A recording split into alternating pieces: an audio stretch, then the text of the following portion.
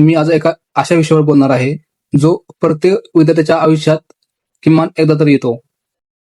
Hello what's up guys, welcome back my new video. Video start करने से पहले आपने चैनल को लाइक सब्सक्राइब शेयर नहीं किया होता तो पहिले कर दो. आई बाबा हा शब्द तुम्ही किती वेळा ऐकला आजचीला? सगळेच म्हणतात. तर तुम्ही कधी हे जाणले का की आपले आई बाबा आपल्याला सारखे असे का बोलतात की बाळा अभ्यास कर, बाळा अभ्यास कर. हा शब्द आपण ऐकल्यावरती आपल्याला किती प्रचंड राग येतो, पण त्या मागचे कारण खूप मोठे असते. हे आपल्याला ह्यावेळी कळत नाही, जेव्हा वेळ जाते तेव्हा कळते. कधी तुम्ही असा विचार केला का की आपले आई बाबा आपल्याला असे का बोलतात की सारखं अभ्यास कर, अभ्यास कर. ते आपल्याला त्रास देण्यासाठी असे कधी म्हणत नाहीत. त्यांना वाटतं की आपला मुलगा आपल्या भविष्यासाठी काहीतरी करेल, तो पुढे जाऊन अशा मोठ्या पदावरती जाईल, जो त्याला आम्हाला गर्व होईल. त्यांना हे माहित असतं की आज आज जर त्याने अभ्यास केला तर उद्या तो आयुष्य घडवेल.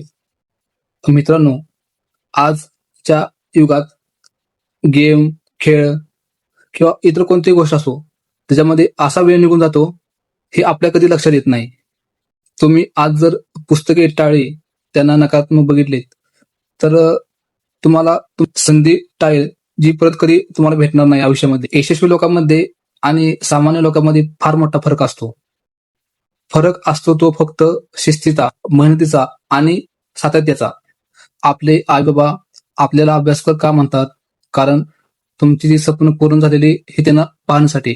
त्यांना तुमच्याकडून कोणती अपेक्षा नसते, त्यांना फक्त एकच अपेक्षा असते, माझा मुलगा किंवा मुलगी कोणी असो ते आयुष्यात एवढी मोठी यशस्वी हो, एवढं त्यांचं स्वप्न असतं. पण आपण त्या गोष्टीला इग्नोर करतो. मित्रांनो, यशाला शॉर्टकट नसतो.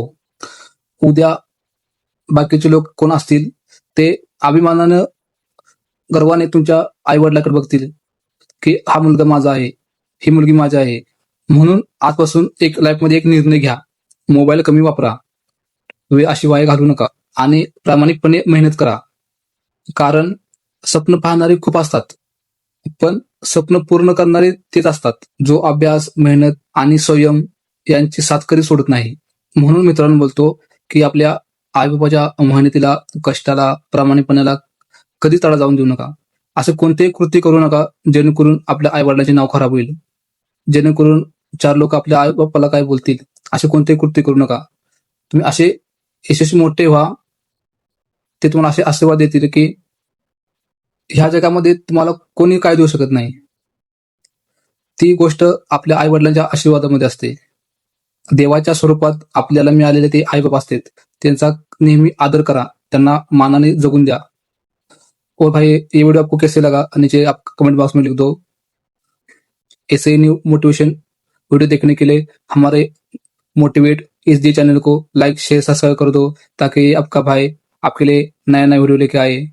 मिलते हैं नेक्स्ट वीडियो में, तब तक के लिए